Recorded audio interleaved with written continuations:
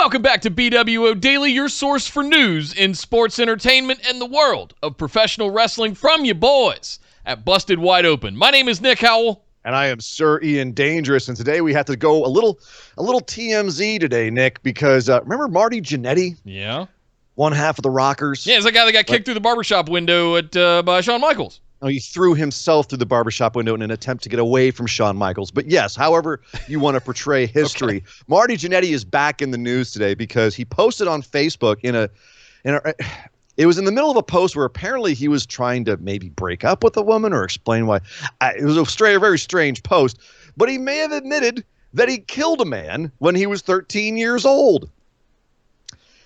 In this post, Marty said, I was 13, working at Victory Lane's bowling alley, buying weed from his word, and pardon me, fag that worked there, and he put his hands on me. He dragged me around the back of the building. You already know what he was going to try to do. That was the very first time I made a man disappear. They never found him. They should have looked in the Chattahoochee River. Well, way down yonder on the Chattahoochee, it gets hotter than a hoochie coochie. We lay rubber on the Georgia asphalt. Got a little crazy, but we never got caught. Wow, Nick. Wow. Well, apparently that's Alan Jackson right there. Well, jeez, Alan Jackson. Maybe he was running around with Marty Janetty on this show. Oh my God! Yeah, maybe he knows what really happened out the Chattahoochee. He also said in this post that he never told his brother Gino about the incident because he said Gino would have killed the guy, and Gino had just gotten back from Vietnam, so he didn't want his brother to go away. So maybe so he killed the guy because he didn't want Gino to go to jail. So it was like honorable because he saved his brother. I don't know. This was his way of saying to this woman that he was writing this post to that he learned at a young age to not let anyone else. They didn't want to let anyone else hurt him, right? Which is why he was saying he's saying to this woman. I'm trying to parse this all. It's insane. He was saying I don't want you let you hurt me. You have this Jamaican temper, his words, and I'm not going to let you hurt me. I thought he was trying to threaten this woman. I don't know. It was a very bizarre post. But suffice it to say, people are taking it seriously. They're taking him at his word. As they should. Marty is 60 now. That put this around 1973 or so when this would have happened. And now the cops in Columbus, Georgia are saying that they're going to investigate this. And this actually got picked up by TMZ. They talked to the Columbus PD, and a spokesperson said the first step will be seeing if we have any missing persons or unidentified remains cases that match the limited information in the post, which has since been deleted. Marty has since deleted this post, understandably. Much in the same way he deleted the Facebook post where he admitted he wanted to sleep with the woman he thought was his daughter. That's a real thing. Look it up. He said he was hacked, but if you've seen how Marty writes, that post was definitely in his voice.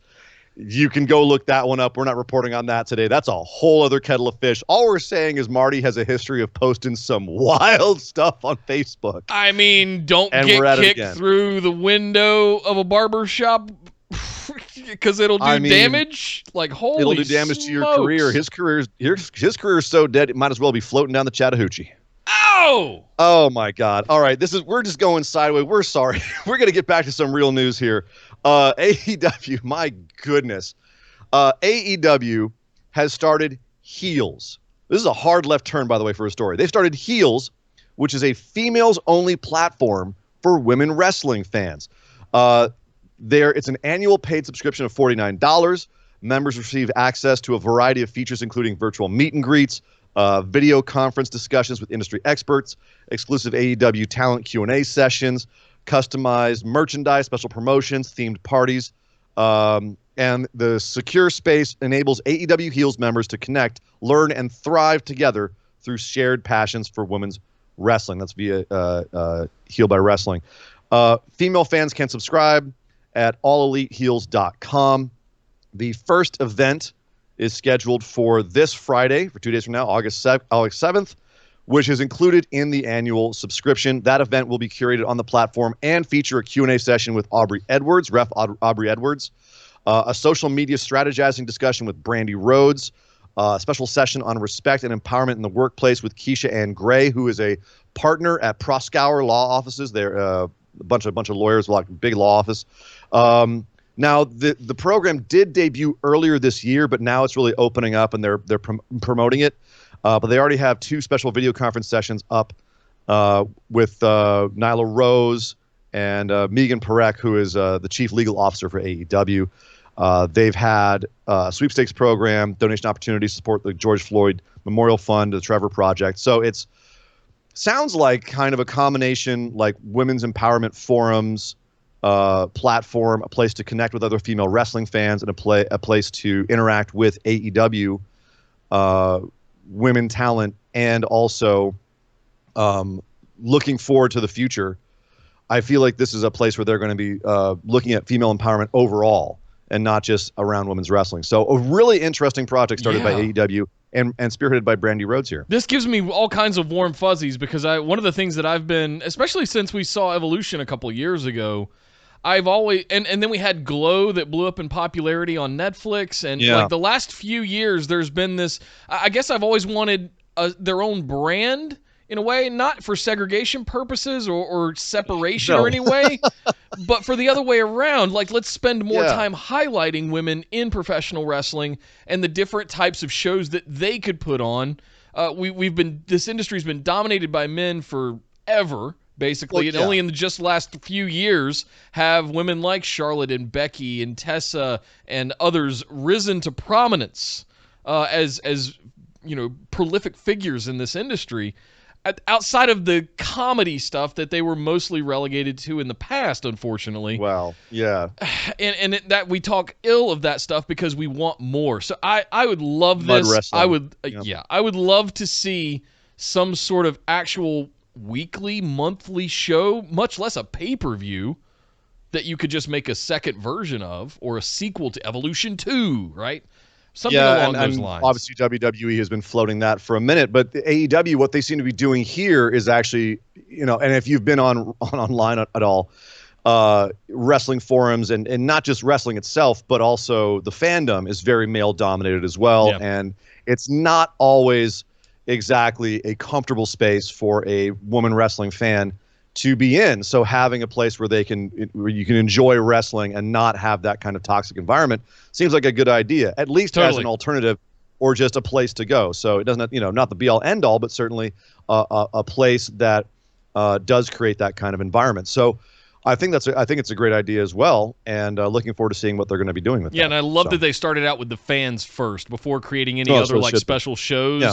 Start with the fans, build the demand, and all of that kind of stuff. And I mean, this is going to explode. I think it's fantastic. Yeah, and any kind of outreach they can make to women fans and women, like people who are on the fence. Like, I might be a fan, but man, those guys on the online forums, whew. This is a great start to that, I think. It's a great look, at least. So curious where they go with this. Also, in other business news, Nick Khan was hired as WWE President and Chief Operating Officer. He's taking over those positions from Michelle Wilson and George Barrios, who, of course, parted ways with WWE earlier this year. So he's in charge of a lot of their acquisitions and deals and finances and so forth. Is also what you get when you combine Nick Howell with Tony Khan.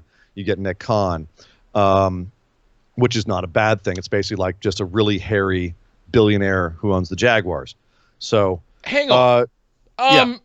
Is the Khan family infiltrating WWE here? No, it's not that. It's not literally that Khan family. It's a whole different guy. Nick Khan formerly was the head of the TV division at Creative Artists Agency here in Los Angeles. He worked on WWE's TV deals back in 2018. He's the guy that brokered them the $1 billion Fox deal, right? That's who he is. Yeah. So you can understand why they like him working on their finances. But yes, he's formerly an agent. Vince did say that while representing WWE at CAA, he was instrumental in transforming their business model by securing domestic media rights increases of 3.6 times over their previous agreements. In other words, he made them a lot of money. Yep. His management style and personal demeanor are perfect for WWE's entrepreneurial culture, and he will fit right in with our exceptional management team. Meaning the guy's got big brass balls is what that's what I interpret from Vince saying that. When Vince says something like that, that means that you're kind of a nut. Yep. And he's not afraid to tell Vince what he thinks. For real. No, right, exactly.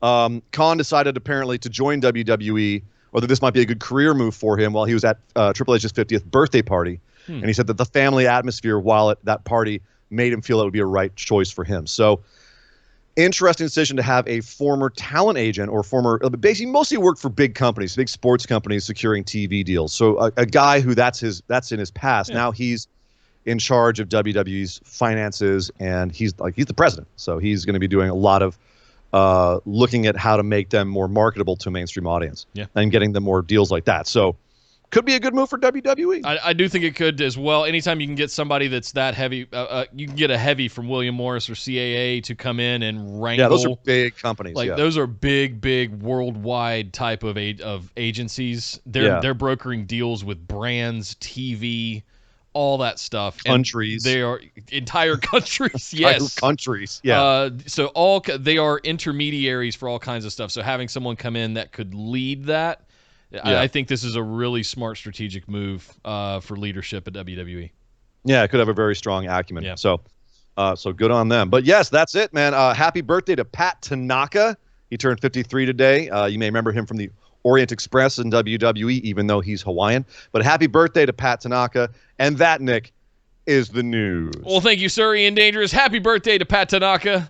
And make sure you get into our Discord down below in the links in the description. Get all into our social medias, all up in them, all up in the links.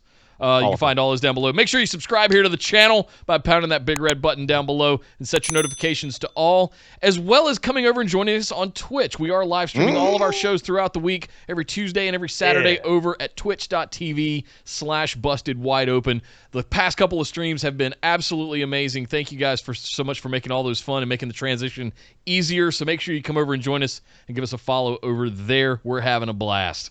But my name is Nick Howell. You can find me on Twitter at DataCenterDude. And I am Sir Ian Dangerous. You can find me on Twitter at Sir Ian Dangerous. And we will see you guys next time.